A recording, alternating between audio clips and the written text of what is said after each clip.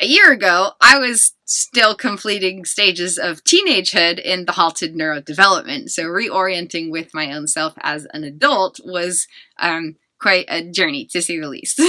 And that's so interesting because at the beginning of 2021, I did not even know that I had a case study because I had no memories of working on a case study because Kristen couldn't create new conscious explicit memories during all the years of her case study. So literally at the beginning of 2021, I did not know that I had a case study. What if there was a way to use mirrors to understand and heal unconscious body minds with profound precision and detailed specificity? Imagine your 5-year-old childhood self seeing the adult that they grew up to be for the very first time ever. Hello, brave, beautiful, beloved soul friends! I am so excited for this video. I've been exploding in the depths of my heart for several days. Like, oh my god, this is like the most incredible thing ever.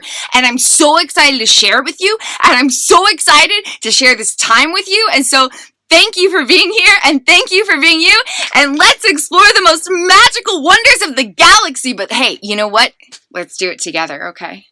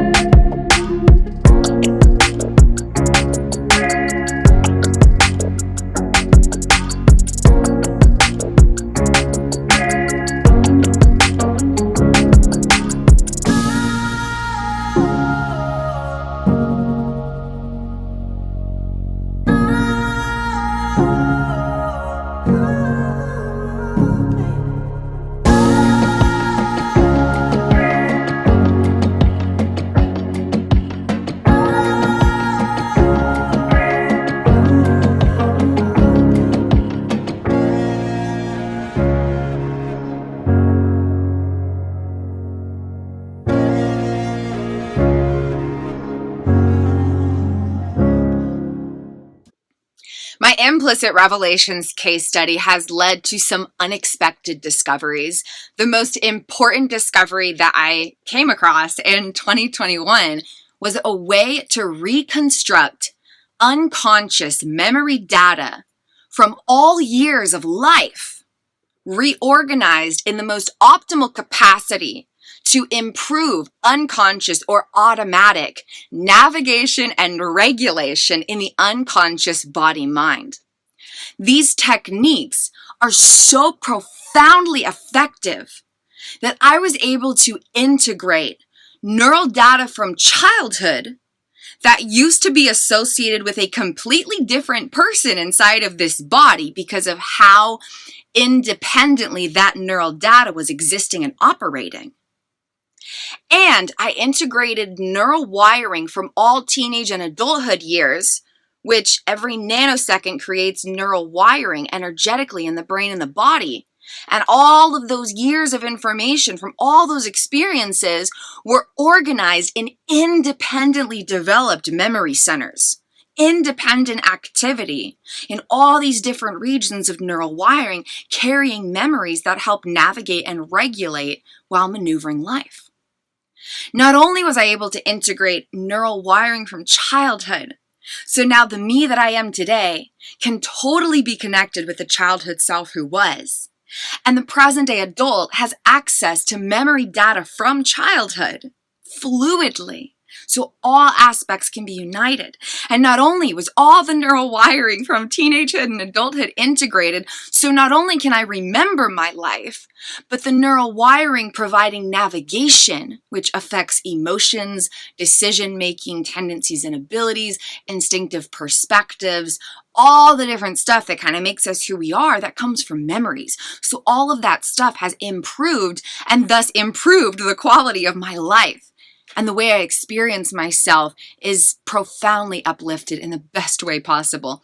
I get to feel more like myself than ever because the neural data has increased the quality of the content and the expansiveness of the connectivity in the neural structures. Not only was all of that achieved without working with any memories, but memory data from the past several years has integrated when I could not create conscious, explicit memories in relation to a sense of self for over 3 years. So years, like 1,000 days where I could not create conscious, explicit memories at all. And simultaneously, implicit memories were all kinds of disintegrated. There is implicit emotional and procedural memories during all of these years of absolute hell and horrendous sensations during trauma recovery. All of that neural wiring is integrated, so the implicit memories are totally transformed and can no longer negatively affect me, and explicit autobiographical memory details exist when they never did in the first place. And all of this was achieved without working with any memories. I did not have to touch a single memory from any period of my life to fully integrate all of this neural wiring. I never imagined that this would be possible. But during my implicit revelations case study, I came across some new discoveries, and I'm really excited to share it with you. So in this video, I'm going to walk you through some of the experiences that have led me to this discovery, and then I'll share more about the discovery itself. So stay tuned. Once upon a time, Kristen began to play with mirrors, but it didn't really feel like play during the beginning. In 2018, Kristen started exploring her healing journey when looking in a mirror. Back then, Kristen was going through some very unique challenges along her healing journey. You can find out more about that story in part 1 of this known documentary series. When Kristen in 2018 looked in a mirror, she felt floods and floods and floods and avalanches and floods of terrifying, horrific, overwhelming, uncomfortably awful sensations, to absolutely put it lightly.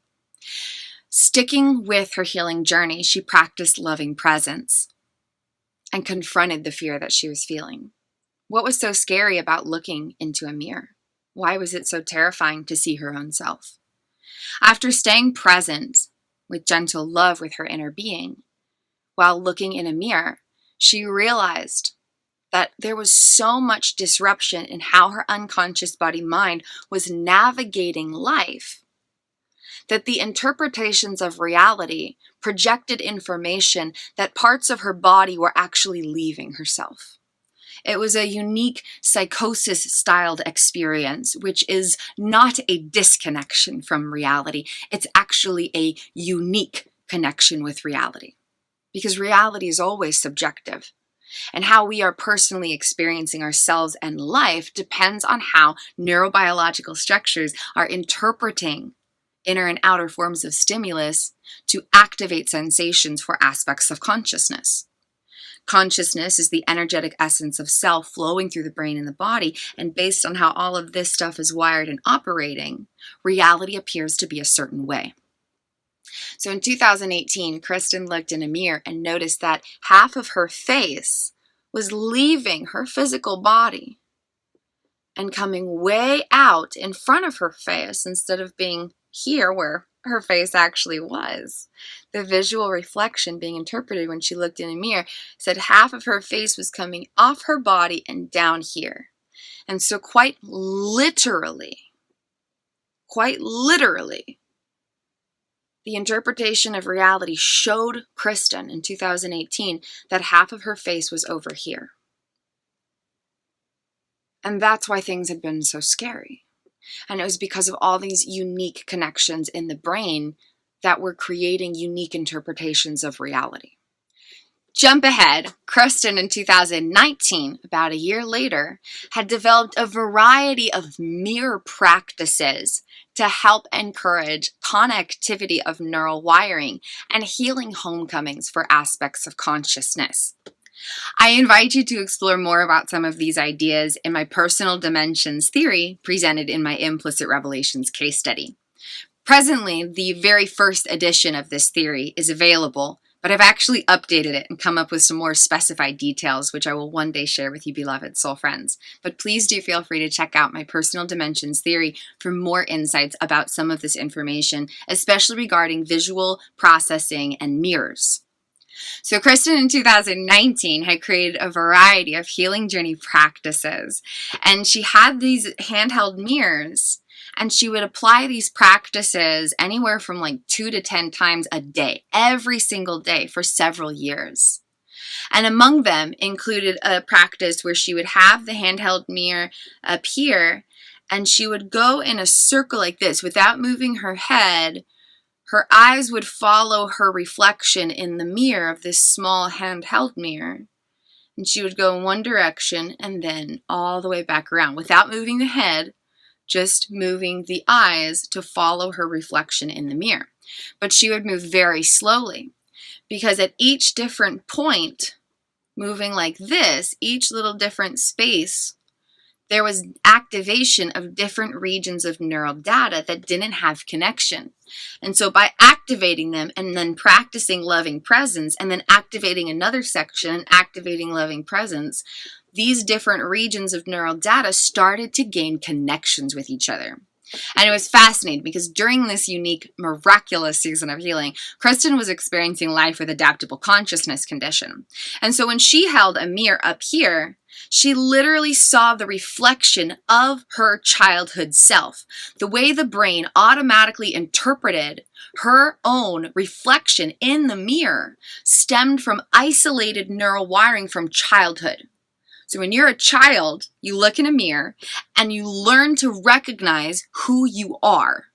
And then over the years, you start to grow and change, and you look at yourself in a mirror or in pictures or whatever, and your brain and your body start to understand this is who you are, this is what you look like, this is the you that you are. Like you're a you in a body, and then you look at a picture and you recognize this is what I look like as I'm me in a body, okay? So there's all this neural data from all of these years of life, and they have different interpretations about who you are in terms of self-recognition. There were all these regions of neural data in the neurobiological social engagement system, and they were operating independently of one another. And you can explore more about this in thesis number 10 and some of the other surrounding thesis statements and analyses as well in my implicit revelations case study, where I explore independent activity within the neurobiological social engagement system and how this activates unique experiences for aspects of consciousness. So in 2019, Kristen had developed a variety of mirror practices, and among them was this one where she had a small handheld mirror that would go around. Not only was it increasing neural connectivity by activating and reconstructing these portions of implicit wiring beyond awareness, but it was incredible to explore because Kristen had different interpretations about self-recognition when looking at different points of herself in a mirror.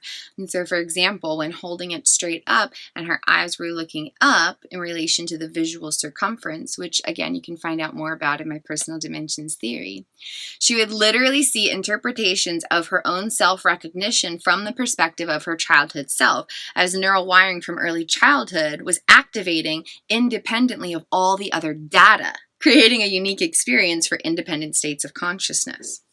And then she'd look over here and she'd see a totally different person. She'd look over here and see a totally different person because of unique independent activity within the neurobiological social engagement system.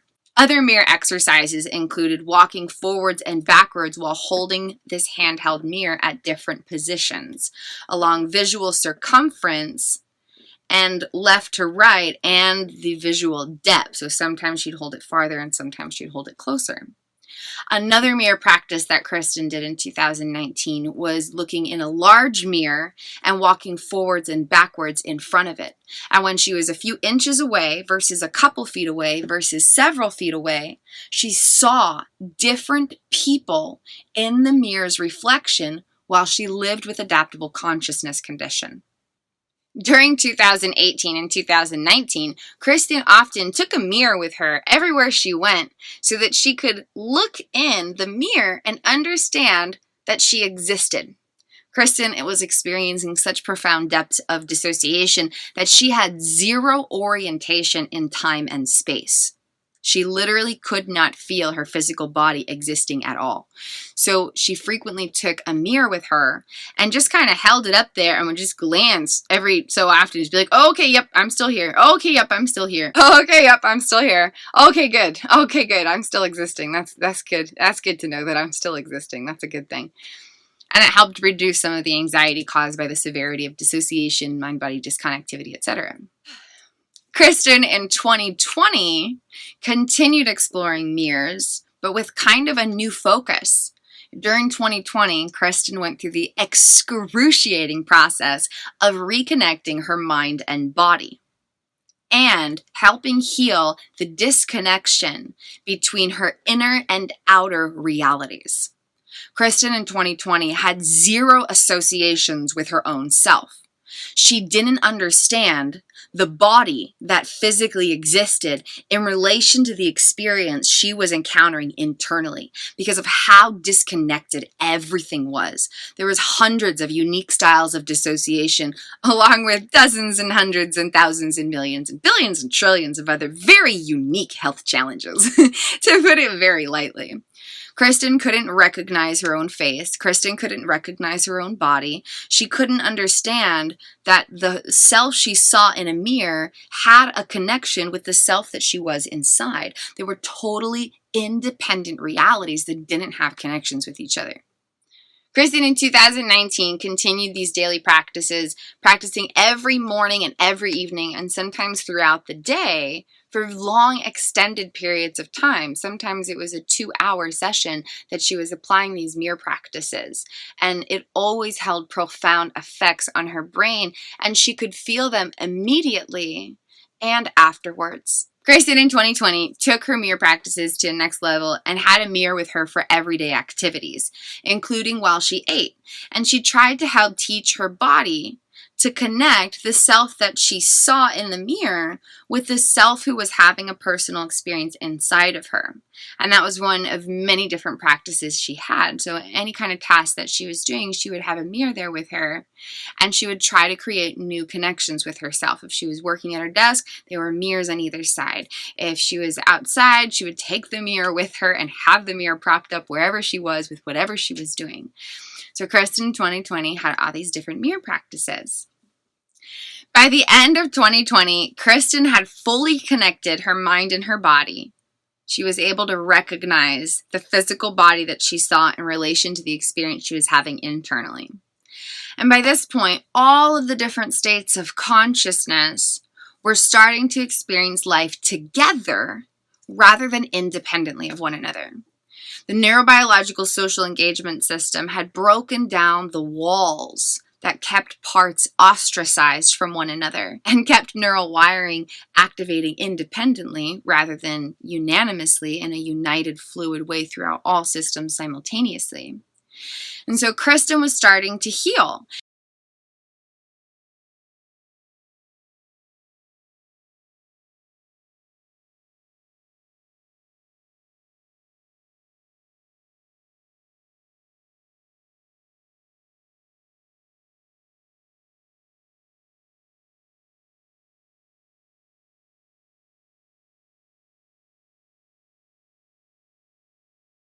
And by this point, Kristen was completing the stages of neurodevelopment that had been halted from early childhood trauma.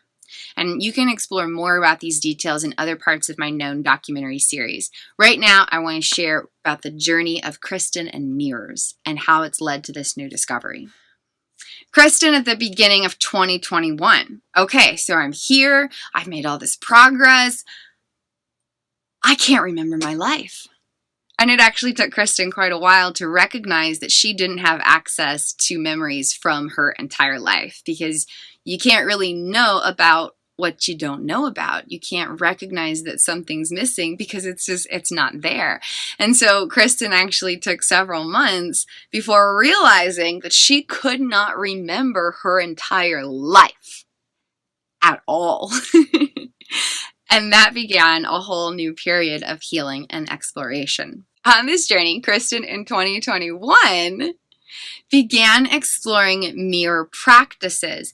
But at this point, Kristen was exploring mirror practices for the very first time, because Kristen, from 2017 through the end of 2020, could not create conscious, explicit memories in relation to a sense of self.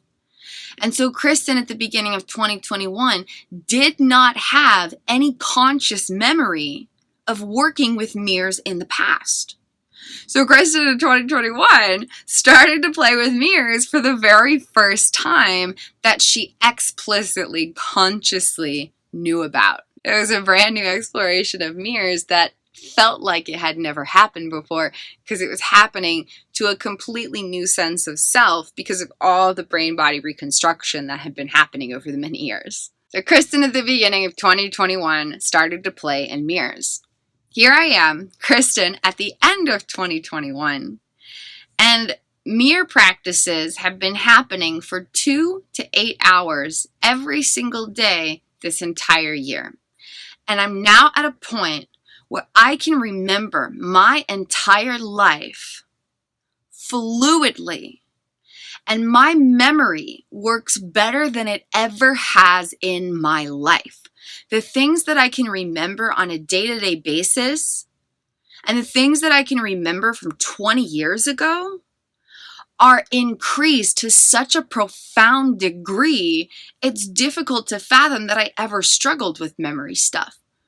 But just a couple years ago, Kristen couldn't create new conscious explicit memories at all. It was really interesting, actually. You know how on some phones it says, you have a new memory? Your little photograph application pops up and it has like a little scrapbook memory of you from a few months ago or a year ago or something, and it shows you pictures from that day. So that would come up on Kristen's phone just a couple years ago, and she would have like this sense of just like relentless anger, because she's like, if only it was that easy. I can't create a new memory, because her phone said you have a new memory, and she couldn't access any of her memories, and that was frustrating and terrifying. Absolutely beyond imagining terrifying. And so now, not only can I remember my entire life, but my memory works better than it ever has in my whole life. And all of it, from 2018 all the way through present day, all of that healing, helping all the different states of consciousness, over 20 plus independent people come home to each other and to brand new moments by reconstructing how they instinctively experience the unconscious body-mind, reconnecting the mind-body disconnect, helping bridge the inner and outer realities, helping to heal brain hemispheres, helping to heal all the different trauma responses, and recovering, reorganizing, and rewriting neural data from my entire life. All of that was achieved through these specific practices that I will be sharing with you, this brand new discovery in my Implicit Revelations case study. So that's the backstory of mirrors. There's also a backstory about healing internal attachments. Kristen was diagnosed with dissociative identity disorder in the spring of 2017, after many, many years of mental health challenges that had been dramatically failed by the available treatments in the presently existing structures of the world. And after being diagnosed with dissociative identity disorder, it began a whole new healing journey. And that's what originally began the Implicit Revelations case study. Kristen was determined to figure out what was actually happening because it kind of seemed that nobody really understood. And she really wanted to be able to understand and heal her unconscious body-mind. And she was determined. As Kristen began exploring her unique experiences of self and life through a fresh lens, which is now described as adaptable consciousness condition, and you can discover further insights in thesis number 10 of this Implicit Revelations case study, Kristen began to discover age-regressive states of consciousness inside of her neurobiological applications of consciousness. Age regression is not about going to a certain age, it's about going back to a different neurodevelopmental time where words are hard and finding words are hard and connecting words are hard. Yes.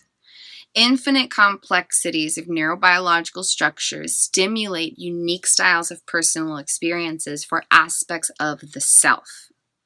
And for Kristen in 2017, 18, and 19, there was a variety of states of consciousness that were age regressing to very young states.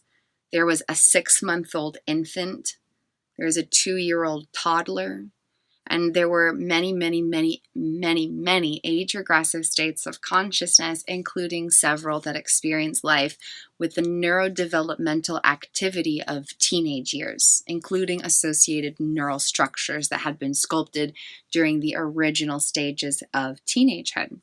Assisting these states of consciousness as they grew into the fullest potential of all that they could truly be was this miraculous process of completing halted stages of neurodevelopment by healing internal attachment systems. The process I'm doing internally right now to rebuild internal secure attachments. So long story short, there were several adult states of consciousness and many child states of consciousness. And basically there was this internal family, and the adult states of consciousness nurtured the child states of consciousness, the way parents and caregivers nurture their young child. And this process helped to heal internal attachments so that these young age-regressive states of consciousness could gradually grow through the halted stages of neurodevelopment that were caused by suppressed childhood trauma and all the ways that that had continually impacted the original stages of neurodevelopment. And so there was this several-year period where each state of consciousness neurodevelopmentally advanced by healing internal attachment systems. So that's where the journey of healing internal attachments began, whereas Kristen became the parent caregiver for her age-regressive states of consciousness and tended to them with the loving care that a parent or caregiver would offer their small young child. And then through the years, this created many different practices that held infinite benefits. One of many ways that Kristen nurtured internal attachments was through mirror practices, where the self in here connected with the self in the mirror and assisted halted attachment development in that way. Because when you're a young child, attachment development originally begins with nonverbal language from the parent. And so, for example, if a parent holds, or a caregiver holds a young child or an infant, attachment development, a big part of it anyways, first ignites with how that parent or caregiver or grown adult is allowing their facial expressions and bodily postures to convey nonverbal language to the infant. And so the baby receives cues like, "Oh, hi, you're so precious. Welcome to the world, little one." Cues like this convey good, positive emotions. But if you talk like this, then it's going to dysregulate that child's nervous system. And so attachment development originally begins with a lot of nonverbal cues, where even if you can't understand what is being said, the way that it's being said vocally and with facial expressions and bodily postures starts the attachment development process. And that begins developing the way that all neural data is structured, which provides navigation regarding self and life throughout all of life. And it initiates the process of the brain and the body developing protocols regarding how to self-regulate. It all starts with attachment development when you're very young, and then attachment well-being throughout all of life affects the neural structures that help navigate and regulate beyond awareness in the unconscious body-mind. So that's a little backstory about KRISTIN'S journey with healing internal attachments and how that exploration first began. So KRISTIN'S been playing with mirrors and healing internal attachments for several years. But now, things are going to their next level. During 2021, during my Implicit Revelations case study, I expanded these ideas to levels I never imagined possible, and I'm really excited to share it with you. Thesis number 16 of my Implicit Revelations case study states that individuals possess infinite power to transform unconscious attachment systems, especially when the observational self embodies 3 roles for the experiential self: the romantic lover or life partner, the best friend, and a parent to the inner child. These specific 3 roles connect with all the different needs of 4 distinct attachment systems, which references my first thesis statement, and they help connect with all the different roles of the neurobiological social engagement system, which I explore in my 4th thesis statement in this Implicit Revelations case study. Along the healing journey, KRISTIN learned that having distinction and connection between aspects of memories helps them to integrate. Distinction and connection between pieces of neural wiring helps the neural wiring to integrate. But what happens when there is distinction and connection between aspects of consciousness? Consciousness is an entirely separate energetic essence from the brain and the body and all of its complex wiring, which references my 11th thesis statement in this case study.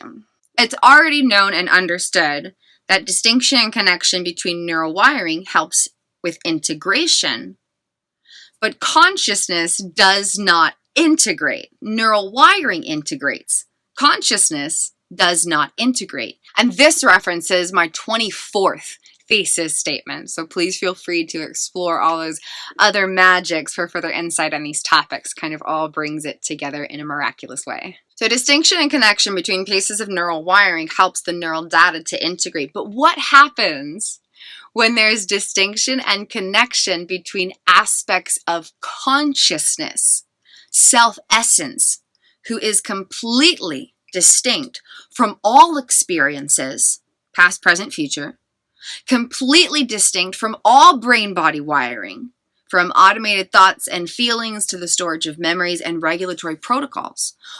All of that is distinct from self-essence. So what happens when there's distinction and connection between aspects of consciousness? So I'm going to share bits and pieces of these ideas and then we'll bring it all together. Approximately 99.08% of our inner realities exist and operate beyond conscious awareness. And this references my 12th thesis statement here in this case study. Within the 0.02% of inner activity that we have conscious, direct, and immediate access to, the vast majority of that is the self who is within experience, while a teeny tiny fraction of that is a space of pure presence and loving awareness, a completely objective space that is not affected by any of experience. And that is where our power infinitely resides. And so in these concepts that I've been developing, there is the observational self and the experiential self. The observational self is a space of pure presence and loving awareness. The observational self does not ever encounter any element of personal experience ever. The observational self has never tasted food. The observational self has never seen a bird fly. The observational self has never fallen asleep at night. The observational self has never felt water on their skin. The observational self has never had a personal preference. The observational self has never had an opinion. The observational self has never had a perspective or a viewpoint on anything ever. The observational self has never engaged in any personal experience ever in all of eternity. And then there's the experiential self. And the experiential self are the aspects of consciousness who personally encounter experience. They feel the sensations in their body. They perceive perspectives and interpretations of reality. They fall asleep at night. They feel water when they're showering and it's falling on their skin. They taste the sensations of food when they eat. But the experiential self and the observational self are completely distinct regions of consciousness. Then the experiential self can be described through three distinct aspects: the inner life partner, the inner best friend, and the inner child. And within each of these descriptors, there are trillions of parts of consciousness. And this also references my 12th thesis statement here in this implicit revelations case study. These three descriptors connect with different important details about the unconscious body-mind that all have their own element of significance. One important aspect is that they operate in different layers of the unconscious body-mind, with different proximities to the conscious mind and the unconscious body. And having these insights along the healing journey provides the observational self with more power to understand and be there for parts of the experiential self. And so the inner life partner is closest with the conscious mind and farthest from the unconscious body. The inner child is closest with the unconscious body and farthest from the conscious mind. The inner best friend helps keep the present day adult self, or the inner life partner, and the childhood self, or the inner child, connected and experiences some aspects of the conscious mind and some aspects of the unconscious body. They're kind of in a middle ground where they're not necessarily closer with one or the other. They experience all of it in an equal ramification within itself. The inner life partner consists more so of the present day self who's experiencing new moments, and the inner child is comprised more so of parts of consciousness that remember the early stages of neurodevelopment when this human life first began.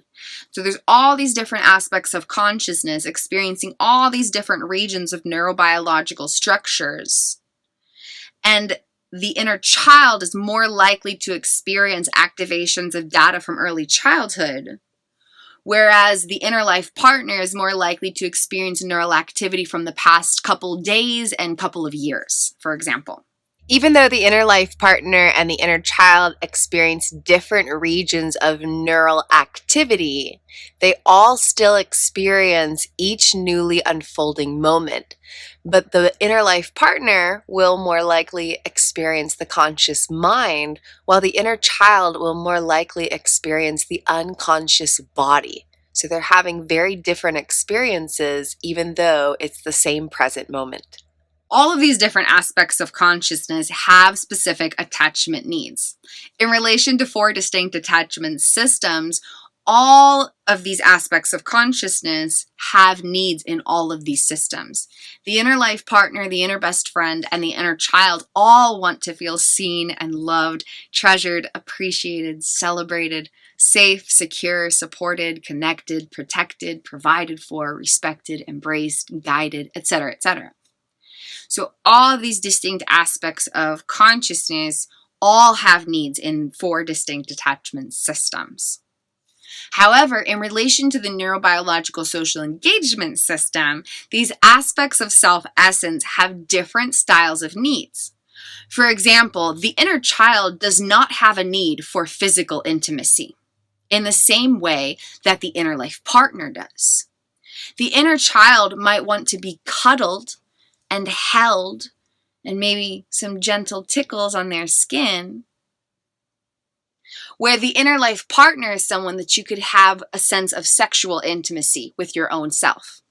Just as a fun side note, this is one of my favorite notes that I discovered on my phone from the years where Kristen couldn't create conscious explicit memories while healing with adaptable consciousness condition. It demonstrates the significant power of how our inner child really loves being cuddled. And when we consciously direct internal energy at night to holding and cuddling our inner child, we can ignite profound healing in the deepest regions of our unconscious body-mind.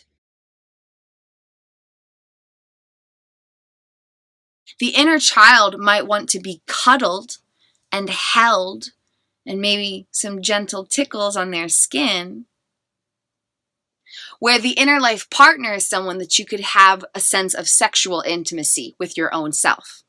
Just as the inner life partner and inner child will experience the neurobiological social engagement system differently in relation to styles of intimacy, there will also be differences regarding parent-child bonding. The inner life partner doesn't need you to coddle them. You don't have to go to your inner life partner and be like, "Oh, baby, are you doing okay? Oh, I'm here for you. I'm sorry you got a boo-boo. Let me help you fix that." The inner life partner might want you to go up and be like, "Hey, dude, I'm so proud of you, baby. Come here. Oh, come here. Come here. Come here. You're doing, oh man, you're amazing." There's a different style of love that's poured into these aspects of consciousness. In the neurobiological social engagement system, there's all these different roles, and how those roles are applied to nurture these aspects of consciousness is going to be different. There's roles of parent-child bonding, and the inner child is going to need more attention there. And then there's these roles of physical and emotional intimacy, and the inner life partner is going to need more attention there, etc., etc. The observational self becomes attached to or grows attachments with the experiential self, which includes trillions of parts of consciousness comprising the inner life partner, the inner best friend, and the inner child. As the observational self develops attachments with the experiential self, the observational self strives to ignite a felt sense of attachment need fulfillment for these parts of consciousness. And this is where distinction and connection becomes so important. If there is a self needing attachment fulfillment, the self cannot provide for the self if there's no distinction. And that's why it's so common for individuals to instinctively crave attachment need fulfillment from external sources. In order to feel seen and loved or safe and supported, there might be a desire to achieve those feelings through external experiences or interactions or outside relationships. But that's where we forfeit our personal power. We say, "I've got all these needs. Okay, somebody else, come fill these needs for me. Somebody else, come on, I got these needs, come fill them for me." And then we're giving away our power. So consciousness reclaims its personal power by fulfilling internal attachment needs for its own self-essence. Discover a brand new way to nurture internal attachments with your present day adult self or your inner life partner through a program called Mirror Play with Mirror Power, Dear Inner Life Partner. You can explore all of the details on my website at KristenWindsor.com/Dear Inner Life Partner. It's an incredible journey, and the practice itself is so fun and so powerful and so impactful and helps to transform implicit memory data in relation with attachment well-being to improve navigation and regulation far beyond conscious awareness. And it's so much fun in the process.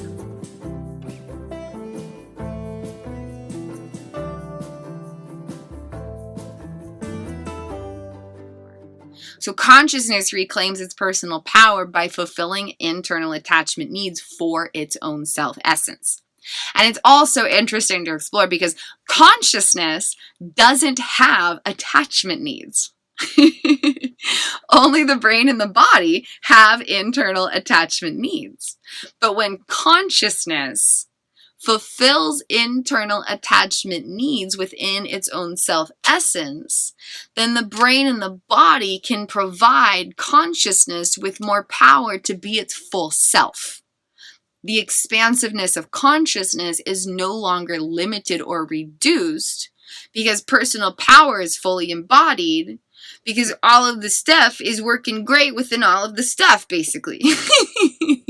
So the observational self grows internal attachments with the experiential self while igniting a felt sense of attachment need fulfillment for these aspects of consciousness. And so if I am the experiential self needing attachment need fulfillment, then I don't have much power to fulfill those attachment needs. But if I am the observer of myself, then I have more power to pour love and attachment and fulfillment into these other aspects of me. So the observational self remains completely distinct from the experiential self, and because they are not the same aspects of self, the observational self has the power to fulfill attachment needs for these self-essence aspects. And so the observational self strives to create a felt sense of attachment and fulfillment for all these aspects of self, from the inner life partner to the inner child and everywhere in between and beyond, throughout 4 distinct attachment systems, each carrying distinct attachment needs, which references my first thesis statement. During this process, the observational self also helps to fulfill all of these roles within the neurobiological social engagement system, including emotional and physical intimacy, especially connecting with the inner life partner, and parent-child bonding, which especially would connect with the inner child. So the observational self remains distinct from and connected with the experiential self, cultivating self-attunement through the sacred power of loving presence, and helps to create a felt sense of attachment and fulfillment throughout 4 distinct systems, and helps to fulfill all the needs throughout these roles in the neurobiological social engagement system. And so all of the different practices that KRISTIN'S developed over the past many years that helped her get from where she was to where I am today focused on these concepts. Here's where stuff gets even more incredible, though. What actually happens when you apply these practices on a daily basis for extended periods of time? At the beginning of 2021, I realized I can't remember any of my life at all, any of it. I have no memory of my childhood. I have no memory of my adulthood. I have no memory about what's led me to who and where I am today. I literally can't get to any of that information.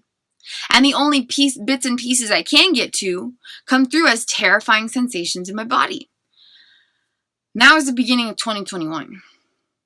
Applying these concepts on a daily basis, including through a variety of mirror practices to nurture internal attachment healing. About halfway through 2021, I started to realize that I was remembering things that I never imagined possible, and I was remembering them effectively, where I wasn't remembering them from a space of disintegrated neural wiring, but I was remembering them in a sense of profound reorganization of the neurobiological social engagement system. I was able to remember so many details from so many different periods of my life with expansive fluidity, where I could be totally grounded in who I and where I am today and recognize the organization of this neural wiring in a sequential order that hadn't been able to exist before. And on a daily basis, day in and day out, I was recovering more and more memories. When I first recognized that I could not remember my life, my first approach was to create a self-hypnosis session that creatively and cleverly guided me into the unconscious body-mind to have new experiences with my self-essence, while intentionally activating neural data from different stages of early childhood to help heal those regions of neural wiring as well. And you can actually explore that self-hypnosis session that I have freely available for you beloved soul friends. I applied that self-hypnosis session on a daily basis for several months and began recovering my childhood memories. And in the process, I was having a lot of fun with the experience of the self-hypnosis session and creating new experiences with my inner life partner, or the present day adult self, and my inner child, or childhood self aspects who were connected with the regions of neural wiring being intentionally activated to be healed, restored, uplifted, empowered, and transformed from the inside out. And this inspired me to offer personalized self-hypnosis sessions to you beloved soul friends. It's an amazing, exciting, beautiful way for me to share my gifts of storytelling and understanding and healing the unconscious body mind in a specific way that provides you with the tools to have an incredible experience and totally experience expansive healing journey impact. You can explore more about these offerings on my website at KRISTIN'S.com. About halfway through 2021, I began to realize that I was recovering my entire lifetime of memories, but I didn't actually know how I was doing it. I knew that mirror practices had a big impact. I knew that some of the other side healing practices I was doing and the way I engaged in everyday life were having an impact. I knew that practicing loving presence and phase 1 of my implicit transformation healing journey program were having an impact. And by the way, if you want to explore that, it's seriously a life game changer. The implicit transformation healing journey program is how Kristen got from where she was to where I am. Kristen was able to get from a place where she couldn't create new conscious memories at all. And all of the activation of implicit memories that were occurring were related with the most horrendous of trauma sensations. Kristen was able to transform all that neural wiring and reach a place where she could create new conscious explicit memories again through the implicit transformation healing journey program. It's such expansive magic, and I grow more in awestruck wonder of its impact as I recognize how deeply it's influenced my brain-body wiring. And so I continued applying phase 1, and there's 2 phases to the implicit transformation. Phase 1 helps you create new unconscious body memories, and phase 2 helps you rewire unconscious memories that already exist. And so by practicing loving presence in phase 1 of implicit transformation throughout 2021, I noticed that that was helping me recover memories from my entire life as well, and increase the solidification about who and where I am today. Because a year ago, I was still completing stages of teenagehood in the halted neurodevelopment. So reorienting with my own self as an adult was quite a journey, to say the least. And so practicing loving presence and phase 1 of implicit transformation held a lot of power, but there was still something missing. There was still something happening that I didn't understand. How was I recovering so many memories with such profound specificity? And so in August 2021, I was like, okay, so I've discovered that there's no such thing as impossible. Impossible is nothing. So now that I know that anything's possible, I want to expand my case study. And that's so interesting because at the beginning of 2021, I did not even know that I had a case study because I had no memories of working on a case study because Kristen couldn't create new conscious explicit memories during all the years of her case study. So literally at the beginning of 2021, I did not know that I had a case study. I literally did not know that I had a case study. As I began exploring it, it took weeks and months of creating new self-associations in neural data to actually understand that this was my case study and that I was a me to have a my. That was one of the most profound discoveries. In the spring of 2021, I'm like, I am a me to have a my. That is so astounding because for so many years, Kristen was we because there were multiple persons inside of her body. And none of them had a sense of fully solidified sense of self because they were all disconnected from the body they lived in. So just a lot of miracles, just a whole lot of miracles. So in August 2021, the Implicit Revelations case study began an entirely new exploration, and it was such an exciting time. Lionsgate portal energy magic. Kristen was like, okay, what if there was a way to use mirrors to understand and heal unconscious body minds with profound precision and detailed specificity. Like a very specific protocol you walk through, and through this specified mirror assessment, to be able to distinctly understand what's happening in the unconscious body mind beyond awareness. And from the result of that assessment, have a specific mirror practice that individuals could do at home to heal and restore that neural data in the unconscious body mind. So the complexities of the unconscious body mind are literally unfathomable.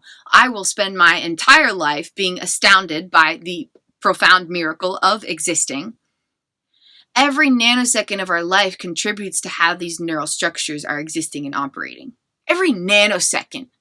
Nanosecond.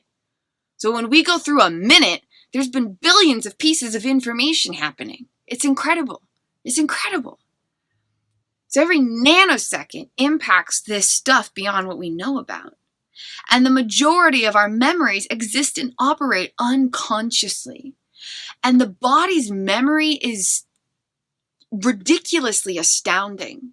I remember connecting with one of my youngest age regressive states of consciousness, and I could look at a picture from being just a few months old, and I could specifically remember the sensation of feeling a blanket with such profound specificity, a somatic sensation that I could remember tactilely with complete detailed precision from just being a few months old. And I can't get to those memories anymore because I don't age regress to that neural data independently anymore. But I know beyond a shadow of a doubt that that neural data is still there. So it's all just an incredible, profound miracle. So the unconscious body-mind, complex beyond measure. Complex beyond measure. And there's so many unique experiences that can happen when this neural data isn't effectively operating. And so there might be neural data that has low vibrational frequencies of content stimulated during past moments of unfulfilled attachment needs. If there's a moment in middle school, for example, where you feel unloved and disrespected, it's going to stimulate the activation, the generation of neural data that has a low vibrational frequency of content. And then in addition, there might be a lack of neural connectivity, where there might be overcoupling and the neural data is too close with each other, so it's kind of just like having too many weird activations, or it might be undercoupled where the neural data can't talk to each other at all. And so neural content and neural connectivity, if they're not operating at the highest vibrational frequencies because of thriving attachment systems, then there will be disruptions in how consciousness experiences itself and life. And this can manifest in trillions of different ways. Psychosis-styled experiences being one of infinite potentials. I explore some of these ideas in greater detailed depth through new diagrams that I've sculpted over the past several years in my book, Liberating Consciousness, so stay tuned for that magic as well. So in August 2021, Kristin began this brand new exploration in her Implicit Revelations case study. And by the way, sometimes I shift back and forth between describing myself as I and describing myself as Kristin. And that's because I'm constantly practicing distinction and connection between self aspects. Sometimes I am the awareness of myself within this moment of experience, and sometimes I am the self within this moment of experience. And encouraging this style of distinction and connection amplifies my internal power as I express myself in these moments. Just as a little insight and a little peek into the everyday applications of these ideas. Kristin began exploring her mirror practices from this whole new fresh lens with an excited rejuvenation in her ventures in August 2021. And every single day for 2 to 8 hours at least, sometimes I think it was just like the entire day. It was the entire day. It was, what happens if I do this with a mirror? And what happens if I come at this angle with the mirror? And what happens if this? And there were so many discoveries. At one point, there was a discovery that The conceptualizations of self-essence were interpreted differently when mirrors were at different distances. And so if there was a mirror to the right, a foot away, and another mirror to the left, several feet away, then Kristen was witnessing different aspects of her consciousness, and the way that that was interpreted was differently because of how the neurobiological social engagement system was still integrating. And the longer that this was all practiced, the more fluid her self-recognition and self-resonance became. Self-recognition is more the ability for the body to recognize the body. The brain and the body see the stimulus of the self in the mirror and understand its own self-associations. The body sees the body and says, that's me. Self-resonance is much more energetically intimate. It's the ability for consciousness to recognize consciousness. And this includes aspects of consciousness from childhood fully resonating with aspects of consciousness who are a present-day adult self. So for example, imagine your 5-year-old childhood self seeing the adult that they grew up to be for the very first time ever.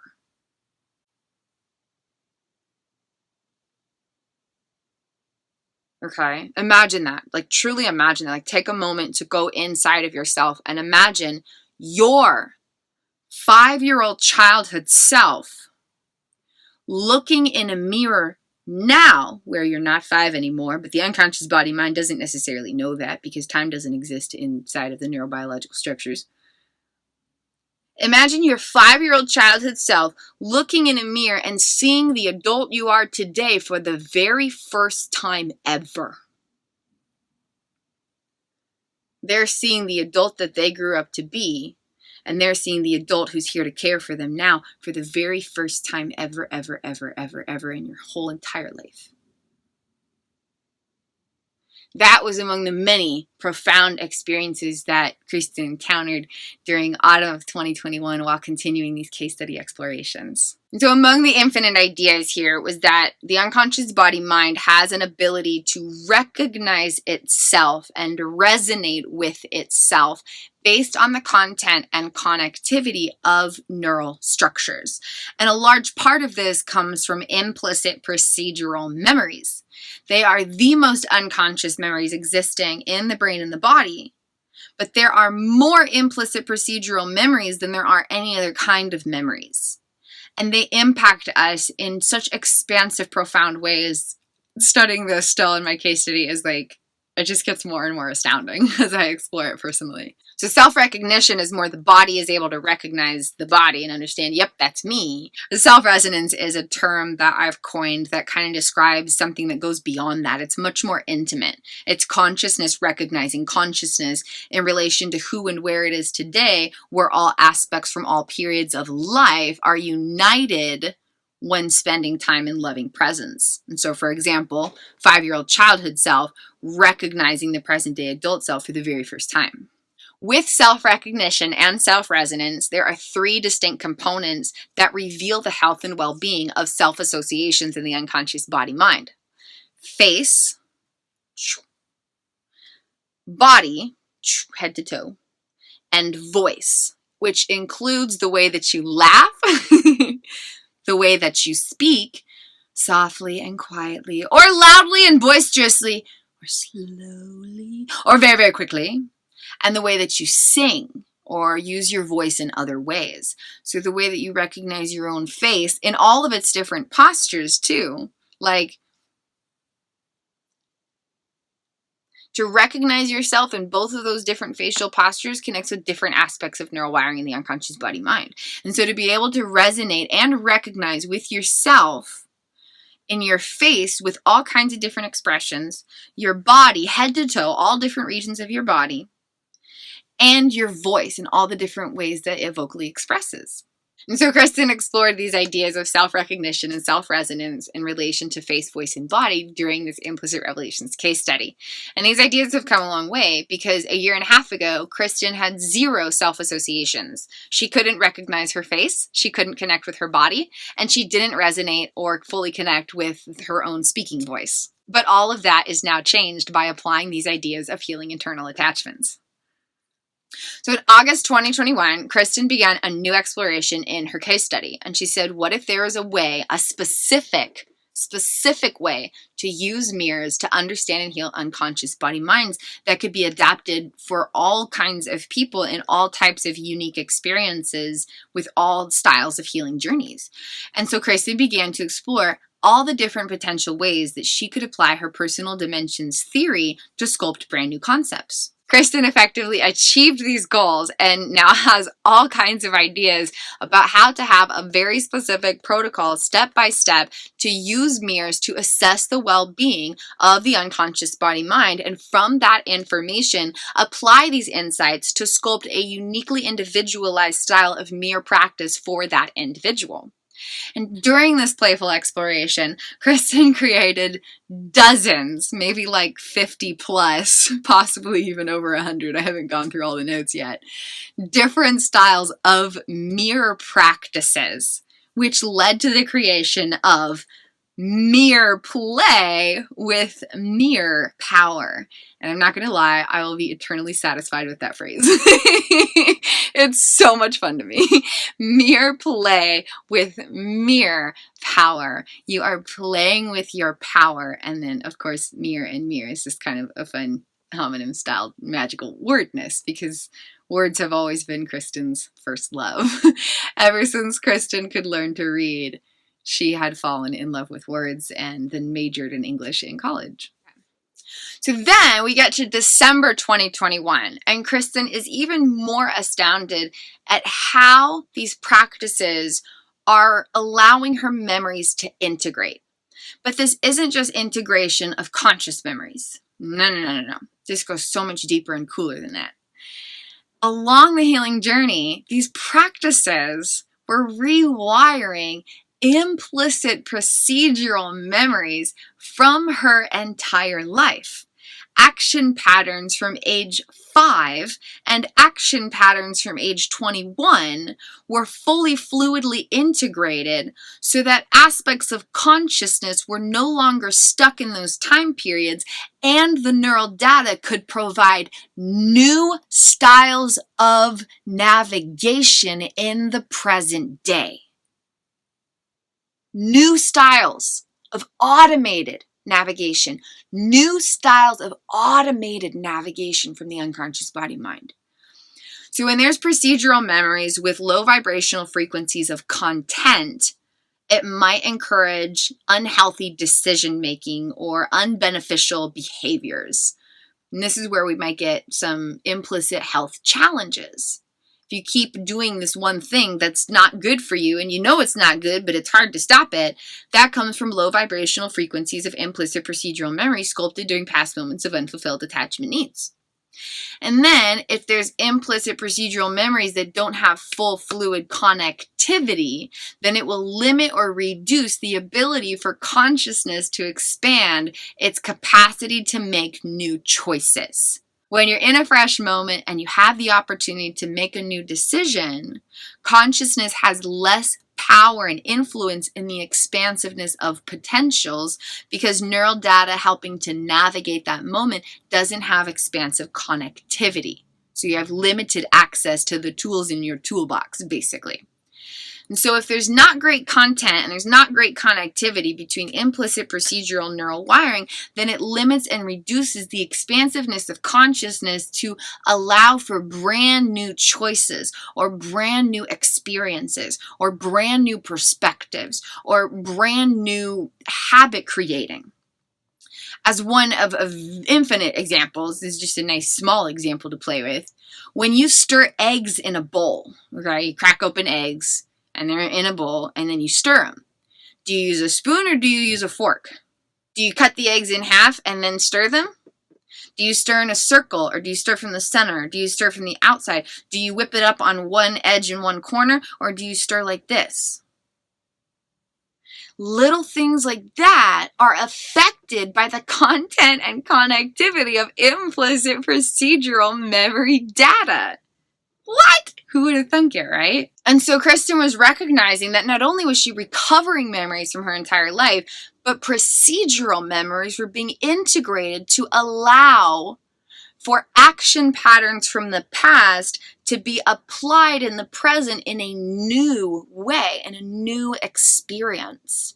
And that was something she hadn't ever fully experienced ever before. And she was just like astounded by these miraculous wonders.